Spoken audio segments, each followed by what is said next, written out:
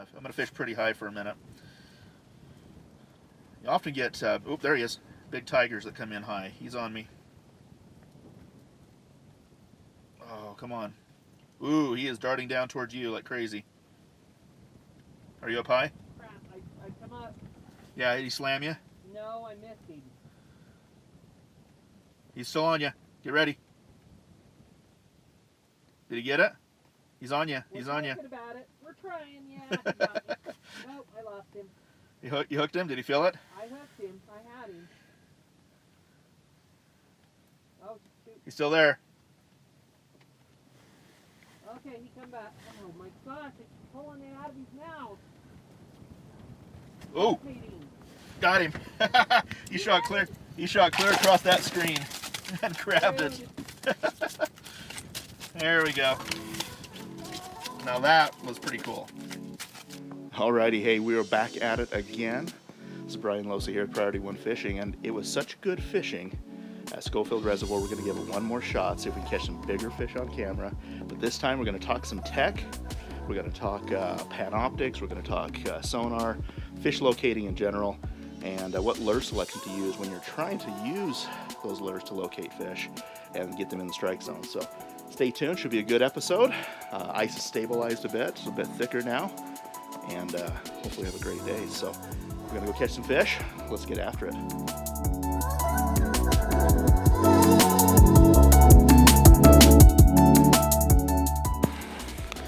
Big cottontail, great big cottontail. Staring right at me.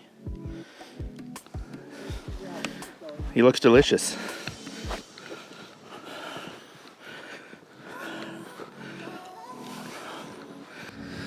All right, let's check a couple of old holes here.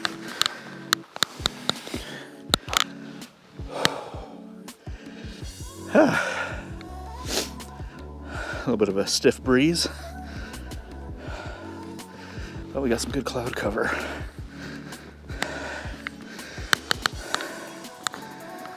Looks like this could have been from somebody camping overnight. Let's start with the Vexler. So we brought the Vexler FLX 28 with us today. Phenomenal machine. 5-color system. And looks like we're sitting about 16 feet of water right here. I'm tempted to go in just a little bit shallower, just because I think these fish are still moving pretty shallow. They come in overnight up on these shallow flats, these points, edges, rocky, extended areas, and get up in about 3-4 feet of water and just gorge themselves on crayfish, as we saw in our last video, and a lot of small crayfish up on those rocks. It'd be nice to be able to find a few weeds on this point. I know there is some, but not a lot. More of like when they built the reservoir, it's more of like a talus kind of pile. A lot of soft sediment, a lot of mud, and so forth. So we might actually see more of a true bloodworm bite than we will anything else. But nonetheless, there's a lot of forage in this reservoir. Small chubs, small crayfish, lots of invertebrates, lots of scuds, lots of bloodworms, stuff like that. So you'll have groups and mixtures of fish that'll target, individual type of food sources depending on, their habitual tendencies. We've talked about that quite a bit as well, that fish in general, the older they get, more aged categories of fish, like 3, 4, 5-year-old fish, tend to get very habitual in their what they like to eat. And so we just identified that often, looking at a flasher or a graph by where those fish are holding in the water column, how they're reacting to a bait. And then also physical indications when you bring those fish up after you catch a couple. Sometimes they'll cough up a bunch of that, whether it be bloodworms, whether it be, scuds, moss, all that kind of stuff that they ingest while they're feeding. They'll cough it up on the ice. Give you a good indicator as well too. But fish that generally hold close to the bottom are usually, a crayfish, bloodworm bite, So you can kind of go a couple different directions. Horizontal profile baits tend to work better for those fish. You know, anything that's relevant in size to like your bloodworm bite, different types of bait choices if you go to that, like going to spikes, going to elongated soft plastics. Not that a fish won't take a minnow if it has the opportunity to, but you'll tend to see some of those larger, more habitual fish feeding on some of those smaller organisms and so forth. Like I say, even an elephant eats a peanut. So, yep, let's move in just a little bit. I think 16 feet is just a hair too deep. It's something we might come back out here though. And we've had it in there a few minutes now, and I'm not seeing any sign that says we got fish traveling in this area, so we'll see. We'll see how it goes. But we've got kind of a almost like a saddle that comes right here, comes up into a rock point on kind of both sides. Those edges are going to extend the same way all the way out into the water column until you hit the basin. Just the way they build reservoirs. I mean, you think about it, construction, they're pushing up these piles and these rocks up into these edges like this, and you get those really distinct lines of separation. And I think we're still bouncing off a cliff a little bit, so I might continue with like another hole or two to the right of me, see if I can't get on the edge of this basin. And it's one of those areas that we like to call triangles, magic triangles, because trout in general are less likely to change depth just for the sake of changing depth if they come into an extended point. So for example, you got a point that extends out into 25 feet of water, and you've got a fish that comes in at 15 feet. They are less likely to go up and over the top of that point than they are to turn. So we're trying to find those little kind of saddles, depressions, and so forth, adjacent to those edges that cause those fish to rotate. Trout in general will have a pattern very similar to what they have in like a river system, and just on a much larger scale. So you want to find those basins, those essentially a lake inside of a lake, where those fish are going to rotate, and you get those cyclic patterns down to 5-10 minutes if possible. So let's give it a shot. Panoptics. So this is the Garmin Panoptic system. I'm using a EchoMap 73 SV. It's a UHD model, and just the PS22 Panoptics transducer, not the live scope. The reason I chose this one is, first off, weight. This thing is a fair bit lighter, and I have upgraded to an 18 amp hour lithium battery to even help with that more. But it's a fair bit lighter than the full live scope system with the 93 SV and with the black box that you have for the live scope. Plus, it's not as power hungry, which means I can run all day, if not 2 days solid, with this 18 amp hour lithium battery. So 7-inch screen, plenty good size for me. I didn't need to do anything more than that. This kit did come with both transducers, the PS22 Panoptics, and standard, I think it's the GT10. Don't quote me on that one. I have to look at exactly on that transducer. I think it is the 10 model transducer for just a regular flasher. So we can actually run both at the same time, which is kind of unique with the Garmin systems as well. But we're going to get this set up real quick, and then we'll do a little bit of scoping and see if we can't show you what we're looking for in this area that we described, this little saddle and kind of these two extended points. I think we're going to see exactly what we're talking about on the Panoptic system. So now the kit also comes with the arms. There are upgrades that you can get, quite a few different ones out there, depending on how extensive you want to go. I've been perfectly fine with these systems. Haven't had a need to go any more than it. And it just simply attaches, screws together, just like that. Now, if you're building your own, don't forget to put drain holes in the tubes themselves to allow water to get inside the tube. Otherwise, you'll have a floating issue. This thing not wanting to stay where it's supposed to stay. All right. Lots of extensions. We go down through almost 36 inches of ice with this without having to have additional components. In this case, ice here is only about 6-7 inches. So I'm only putting on just the primary attachment here. And then my bottom mount that actually holds the transducer. Each section you add to it has this little Velcro strap as well. And that Velcro strap is designed as a cable director to kind of hold it in position. So ideally, transducer is going to sit like this, an angle, as we do forward view or down view. We'd like to have that lined up with the direction of this, but by only using one section, I have to have it actually perpendicular to this, because that's as tight as I can get that. I can't rotate it anymore without damaging the threads. But I just keep in mind that I know that if this is pointing to the right, then my transducer is running forward, or my view is going forward. All right, so help protect the transducer. These are $1,000 transducers. So definitely want to, take care of your investment. This is a large fly reel case. Just a little neoprene fly reel case. Works perfect for protecting that transducer from banging around while you're traveling. So if you're bouncing around in a snowmobile, an ATV, anything like that, you're not going to damage that investment you have there. Transducer simply plugs right onto this and just threads right into it.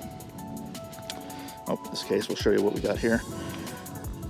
That little metal thing is our directional indicator that determines what position that view is in, whether it be forward view or whether it's going to be down view. Okay, now before I tighten that up, let's pull a little bit of cable off here. I'm going to run a little bit more because we've got this hole that's just off to the side there. Okay, all right, let's run that up here. I'm going to give it just a little bit of slack because I want to be able to turn it to down view. We need to give yourself a little bit of cable slack and tighten that tight. Make sure you got a good tight wrap around that cable. Okay, and we're going to start with forward view. So when you put it in forward view, you don't want to have it straight up and down. You want to have it kind of off center like that. And that's so you don't bounce off the bottom of the ice cap. And then we're going to run it like that for our forward view. Okay, now we're set. Okay, tells me my PS22 transducer is in forward view. And drop our gain down just a touch. Okay, so that's what the view looks like. Now we are panning all the way around. So now I'm looking straight out off to the left of me. You can see how it flattens out right there. Now if I turn it all the way in, we're looking 30 feet to the right of me. You can see how that slope comes up in there? That's exactly what we're looking for. That slope is going to tell us if we're right on that edge or not. Now rotate it a little bit there. You can see it drops off again, heading straight out in front of us. And again, right behind us. So if we're to try to build that picture, oh, there's a fish straight off to the right of us. You see that fish icon right there, right underneath us. And so you see what we're trying to build this picture of, what I was trying to describe just looking at the bank out there, is that we've got that depression, deeper water on this side, deeper water on this side, which means this is just like a fill tailing pile basically. So when they built the reservoir, they would use this as a spot to kind of push that sand and that silt up into. And that's exactly what we're seeing. So right now we're looking straight behind us, straight to the right of us. I'm gonna rotate it back around the other way, straight out so you can see it gets deeper out that way. And then still a little bit deeper, looking towards straight out in front of us. So deeper, shallower, deeper, and there we go. Got another fish about 8 feet to the right of us. almost right where Emily set up at. So let's see what we can dig up. Now, a cool thing about this sonar system as well is that you're operating on frequencies that are so much faster than the frequencies you use on a classic flasher that it does not interfere with the flasher at all. So you can see we have a Vexler FLX28 right next to us over here, and there is no interference, nothing at all on our screen, nothing on the Vexler screen. Don't have to worry about it. Okay, we're going to switch this to down view so that we can try to see both of our jigs here. So I'm just going to rotate this, get it straight up and down. Yep, see, fish finder just said orientation has been changed to down view.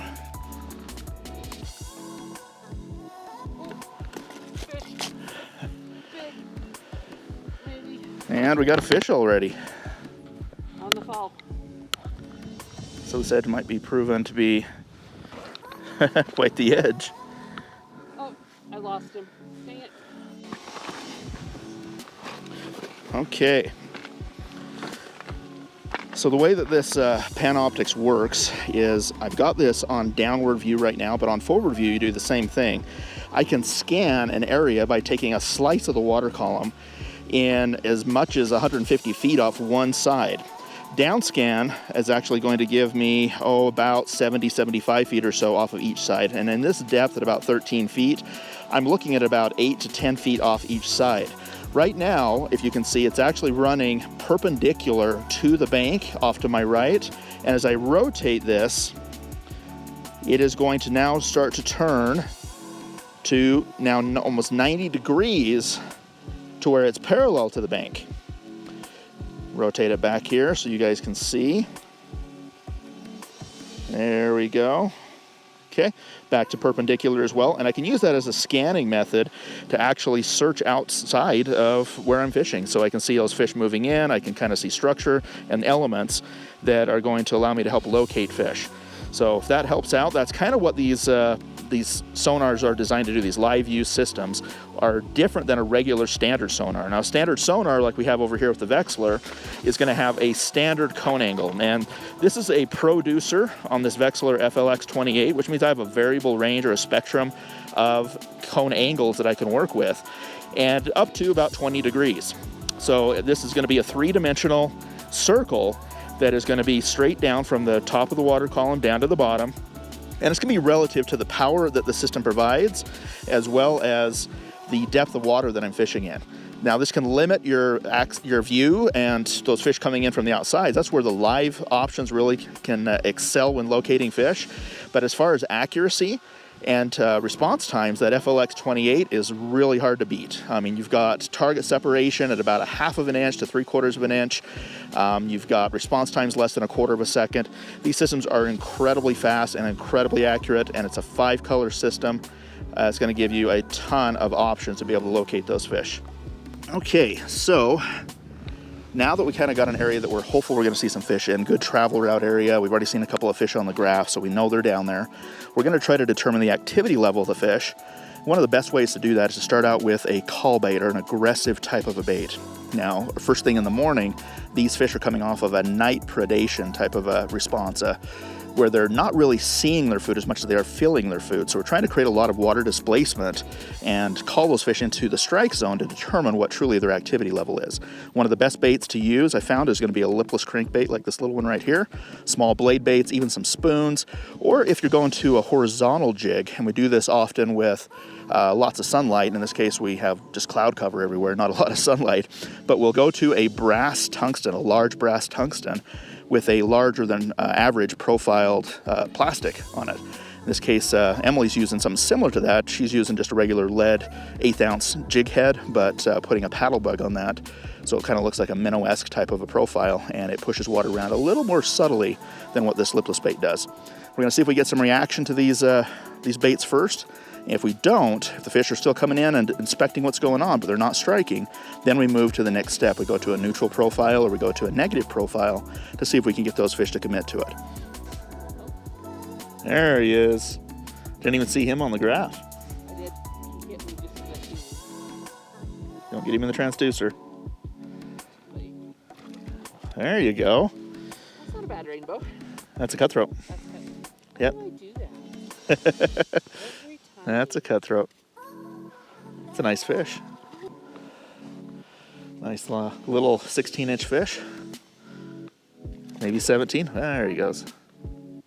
It's one big advantage that you see with the Panoptic system is showing that activity. Really helps you break down how those fish are responding to your lure or your presentation so that you can make adjustments to catch that fish. I got a fish that was on me right now, just on that graph. He just left a second ago. Is he coming back? Maybe not. No, he's still there. He's still kind of floating around there. You can see he's a little tentative to grab it. Just kind of coming in doing his inspection that we may want to change up and go to something a little bit more subtle. The nice thing about a neutral bait, which defined is a bait that you can apply a tremendous amount of action to without physically moving it out of the strike zone, can still be fished aggressively. But you're often downsizing that bait just enough to change the profile to get those fish to react to it, and applying, oh, looks like Emily's getting one, and applying a little bit of like a living fiber, like either a soft hand pour plastic or like marabou jig, something that's got that fiber that's just going to breathe and apply the action that you need to without having to apply a lot of action based off that activity level of the fish. All right, well, that is my indicator. So now we know the fish are coming in, they're calling into the bait, but they're just not aggressive enough to respond to it. So next step is going to more of a neutral bait,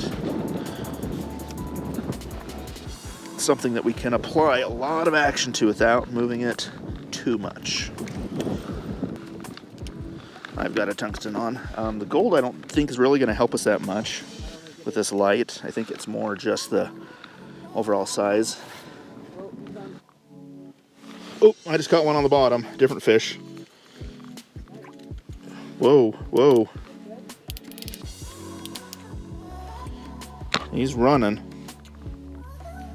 I don't know how big he is.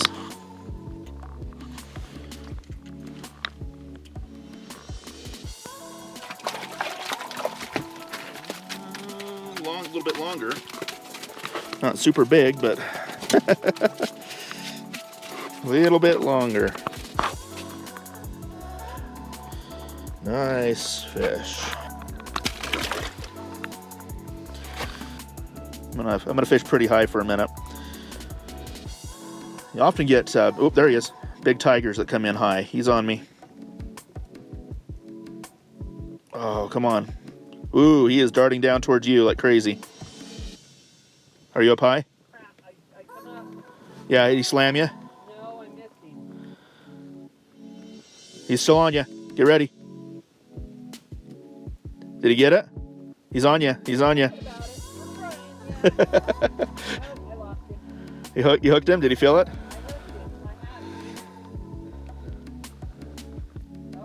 He's still there.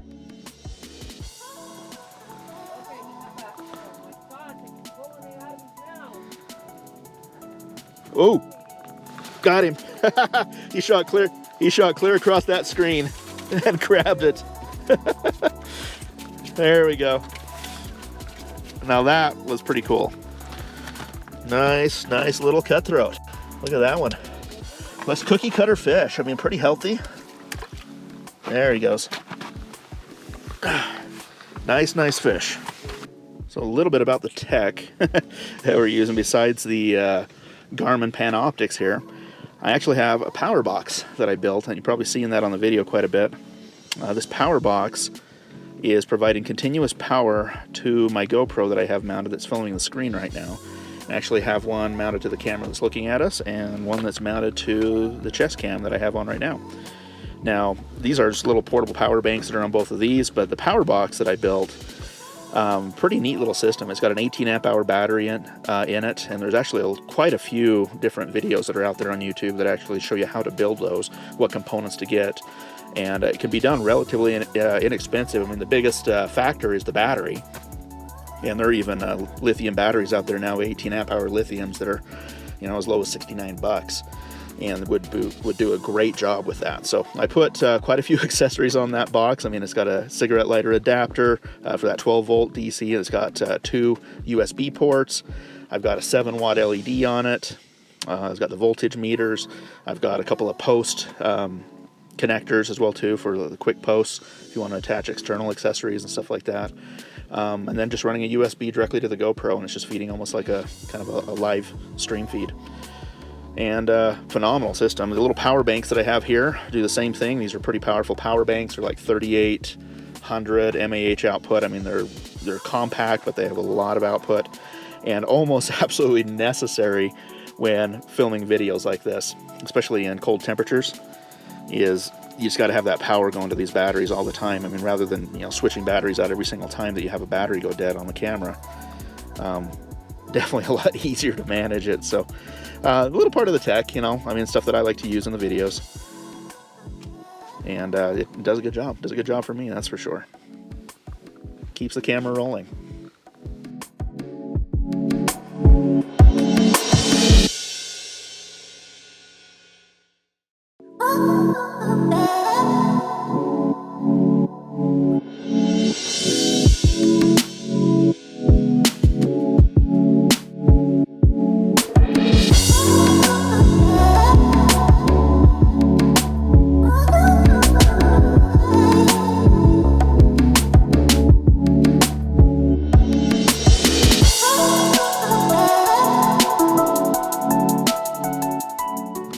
Okay, there you have it. Trip number 2, Schofield Reservoir, in the books. A bit slower than last trip we had, but still a phenomenal day. I mean, anytime you can put a few fish on the ice, absolutely a win in my book. So Panoptix did not disappoint. So if this inspires you to get out and get one of those units, either a Vexilla or a Panoptix, I mean, really any sonar unit out there is going to help you on the ice. It's going to help you understand fish habits and fish movement. I mean, all of that. I mean, there's so many wins you have with electronics. So, and the industry is really just exploding. So get out there, get on the ice, catch a few fish, and as always, tight lines.